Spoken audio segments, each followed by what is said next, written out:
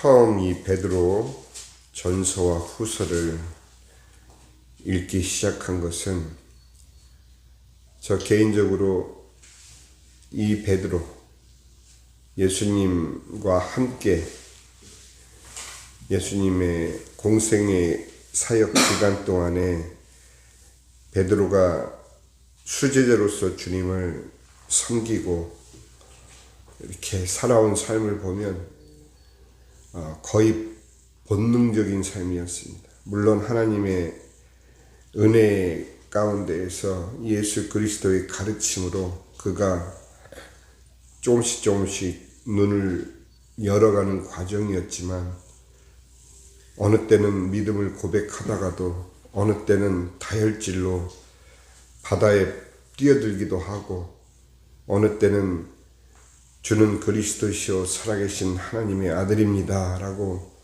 정말 예수님이 기뻐하시는 신앙 고백으로 수제자로서의 면모를 그대로 보여주기도 했지만, 어느 때는 빌라도 법정에 끌려가는 주님을 3번씩 부인하는, 그것도 어린 계집종의 질문에 제대로 대답도 하지 못하던 그런 베드로가, 이 베드로 전서와 후서를 읽으면서 얼마나 깊은 신앙에, 정말 그가 수제자로서의 어떤 그 권위나 위치와 상관없이 그 스스로가 하나님의 은혜에 정말 녹아져서 성령이 임한 이후의 베드로의 삶은 겸손하기 그지없고 하나님의 깊은 진리 속에 있는 것을 우리는 발견하고 또한 은혜를 받고 있습니다. 베드로 후서 3장 말씀은 우리들에게 무엇을 바라보게 하느냐 하면 바로 우리의 신앙의 궁극적인 목표, 아니 목적, 우리 신앙의 결국이 바라봐야 되는, 우리 신앙을 통해서 우리가 바라봐야 되는 신앙의 목적을 말해주고 있어요. 그거는 일반적으로 지금까지 우리가 종교적으로 생각해왔던 예수 믿고 천국 간다, 예수 믿고 영생 얻는다, 다분히 하나님의 뜻보다는 우리에게 얻어지는 신앙적 베네핏, 예수 믿으면 천국 간다, 그러니 예수 믿자, 예수 믿으면 영생을 얻는다, 이 길게 살아봐야 120살? 좀 더 살면 130살? 요즘 의학이 발달해서 그 이상으로 산다고 사람들은 희망을 갖고 있던데, 언젠가는 죽어요.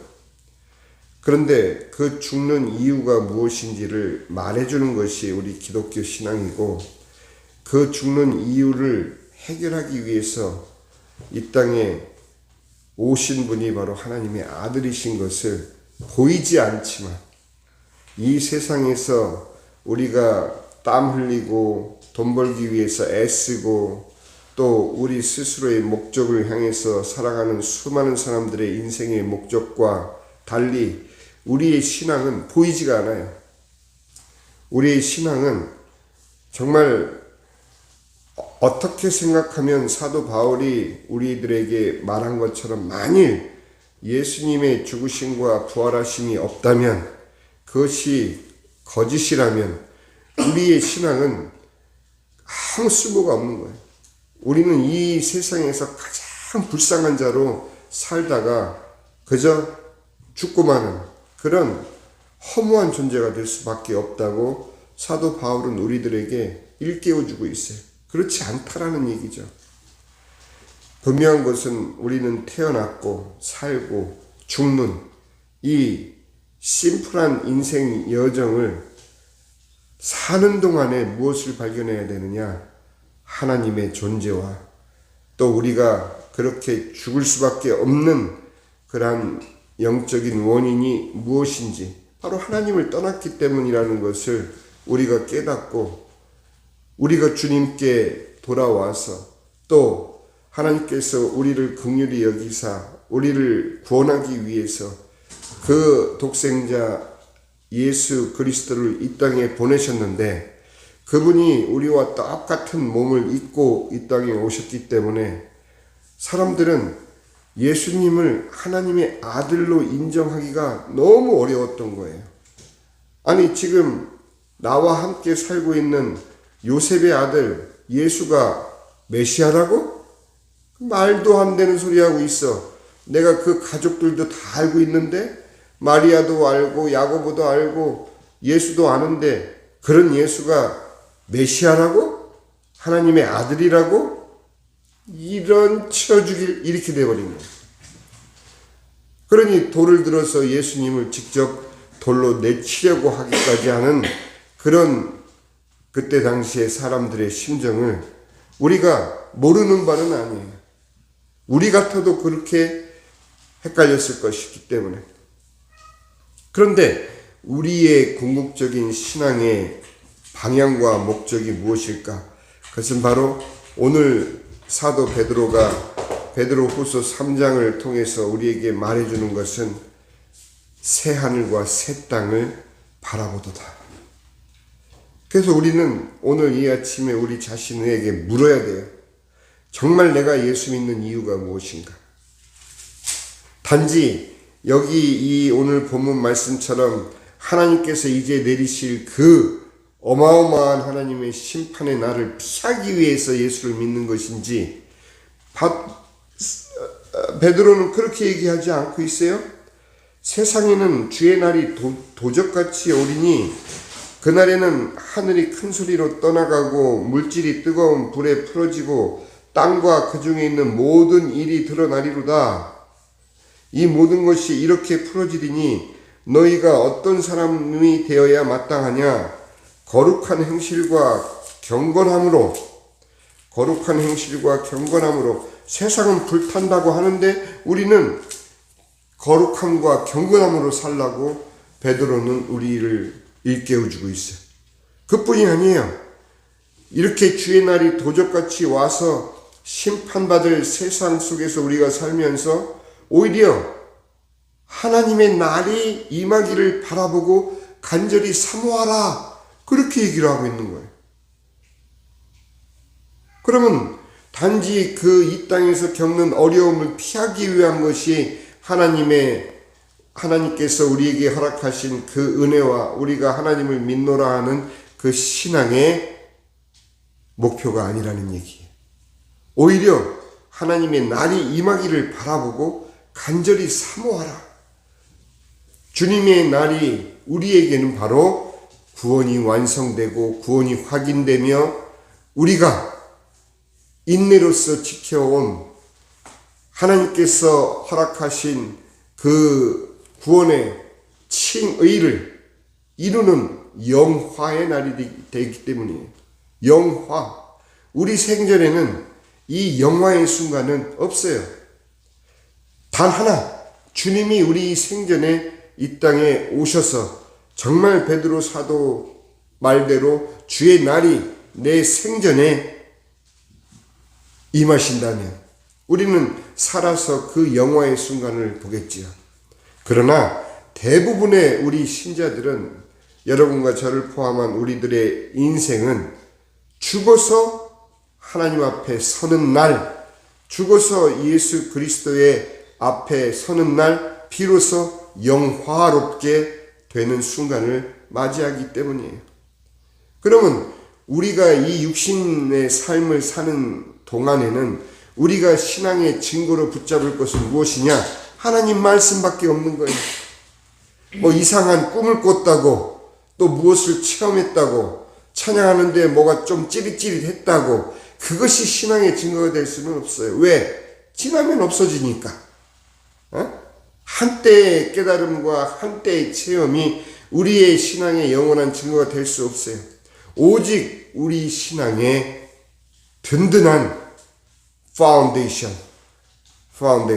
바로 발판은 하나님의 말씀인 거예요.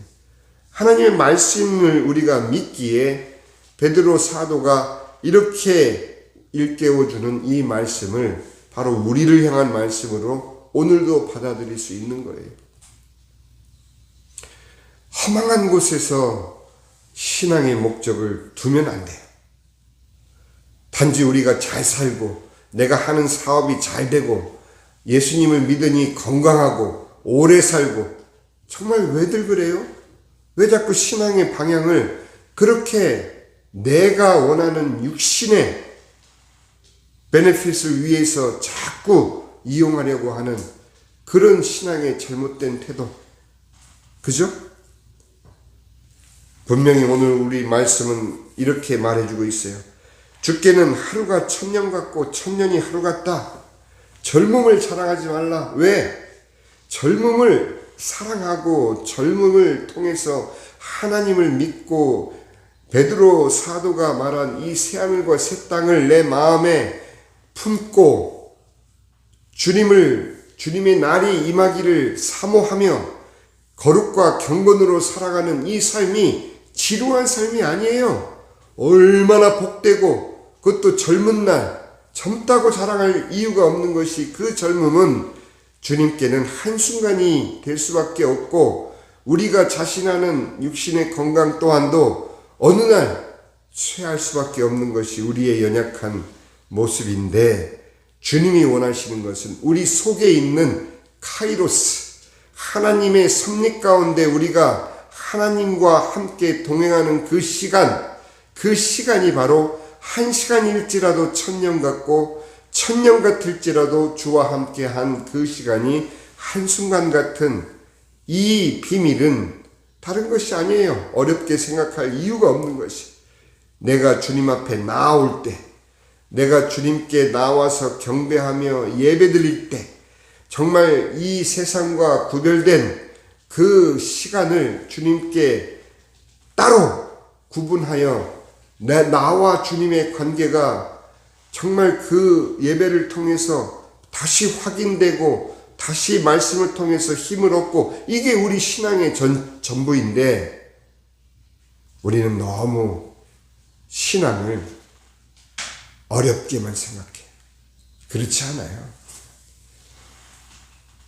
그래서 젊은이들에게는 젊은 날 하나님을 믿고 예수 그리스도를 마음속에 모시고 사는 그 삶이 가장 축복된 삶이고, 그가 바라보는 이 땅에 수많은 그런 미래에 대한 포부가 있겠지만, 그 모든 것이 주의 새하늘과 새 땅을 바라보며 주의 날이 임하기를 사모하며, 내가 육신 가운데서 사는 동안 내가 해야 될 삶의 내용은 거룩하게 구별되어 경건한 삶 속에서 주님이 원하시는 영혼을 구원하는 영혼 구원밖에는 우리의 삶의 목표가 없는 거예요. 사실은 예수 믿고 건강하기 위해서, 예수 믿고 부자 되기 위해서, 이거는 신앙이 아니라는 거 우리가 알고 있잖아요.